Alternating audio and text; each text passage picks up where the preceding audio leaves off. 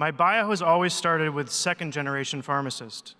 So the story I want to tell today actually starts before I got here.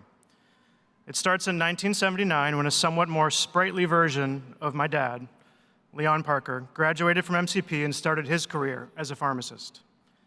He came from a modest background, put himself through school in Boston, and spent a meaningful amount of that time not studying. A lot of nights at the Cask and Flagon, a lot of time around pool table bars in Boston. So in some ways, a pretty strong precedent was started early. Leon is here today. Over time, I've realized that a lot of what I've learned about work, risk, and what actually matters came from him. This is really a story about two different but somewhat intertwined pharmacy careers. One that was a lot more stable and rational, and one that, well, as you heard, was not. I grew up watching my dad work as a pharmacist, filling prescriptions, driving to local nursing homes, and squeezing in board of pharmacy meetings between Little League games. He genuinely loved being a pharmacist. It was as satisfying of a career as I've ever seen up close.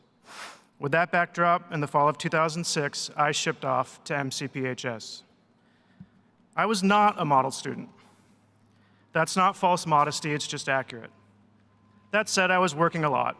Most summers, I had 3 jobs going at once: pharmacy, food service, retail, real estate.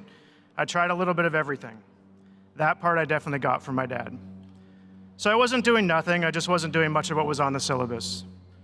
To prove the point, I didn't even place in the business plan competition, something I really should have been pretty good at, but I do like to think I still earned a special place in Dr. Ferrillo's heart.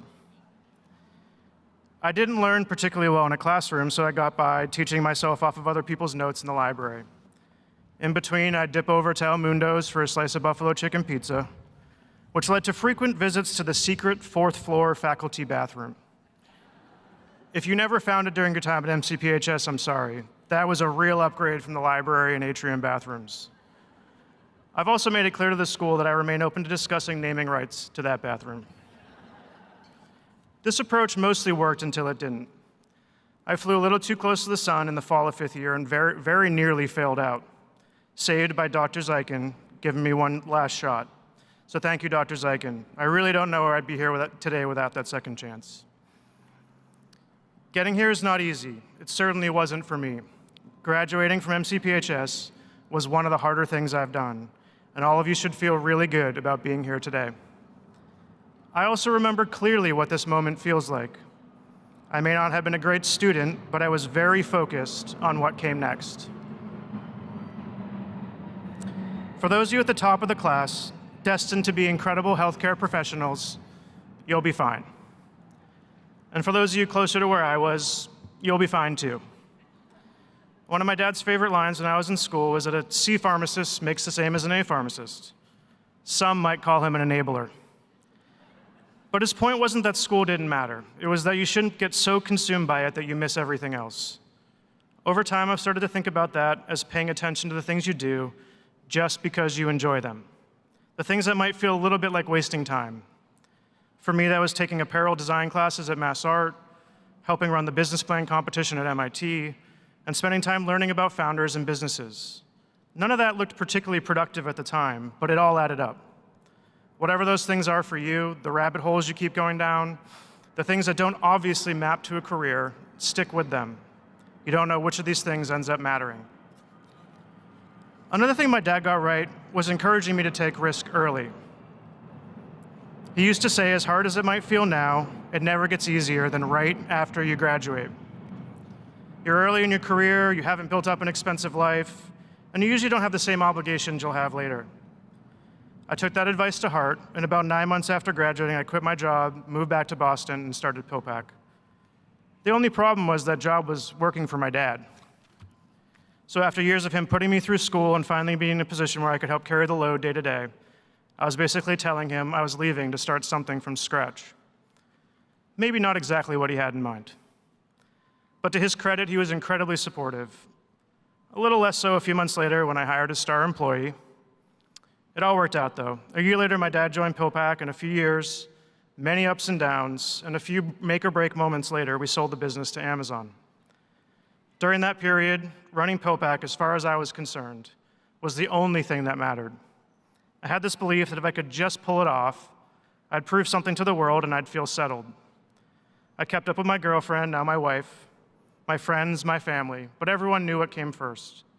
We didn't really take vacations during those years, my wife will tell you that. When our first daughter was born, I spent most of the time in the hospital on the phone trying to raise money and keep the company going. And when our second daughter was born, I was in the middle of negotiating the sale to Amazon, wandering in and out of the delivery room on the phone. After we sold the business, for a while, I felt great. I set out to do something and actually did it and suddenly had a lot of freedom. For a bit, I meandered from project to project, a little unmoored, but generally happy. And then over time, things started to come back into focus. I had spent most of my young adult life fixated on getting to an outcome. What I realized was the part I actually enjoyed was the work itself, which in hindsight was pretty obvious watching my dad. Years of building his business, sitting in board of pharmacy meetings, just showing up and doing the work. I had told myself I'd never go back to healthcare, but I found myself getting pulled back in anyway. There were too many problems to solve. It's important, it's complicated, it's broken in a lot of ways, and it's never really going to be done.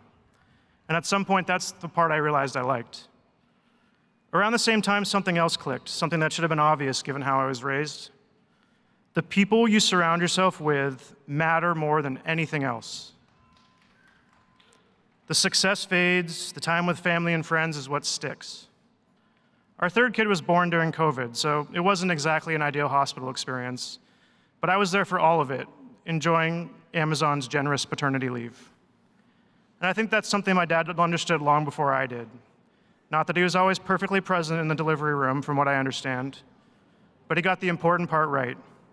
He didn't really talk about it, he lived it, and it just took me a while to catch up. Being able to do the work is the reward. The people around you are all that really matters. Thank you so much for having me, and congratulations again on making it to today.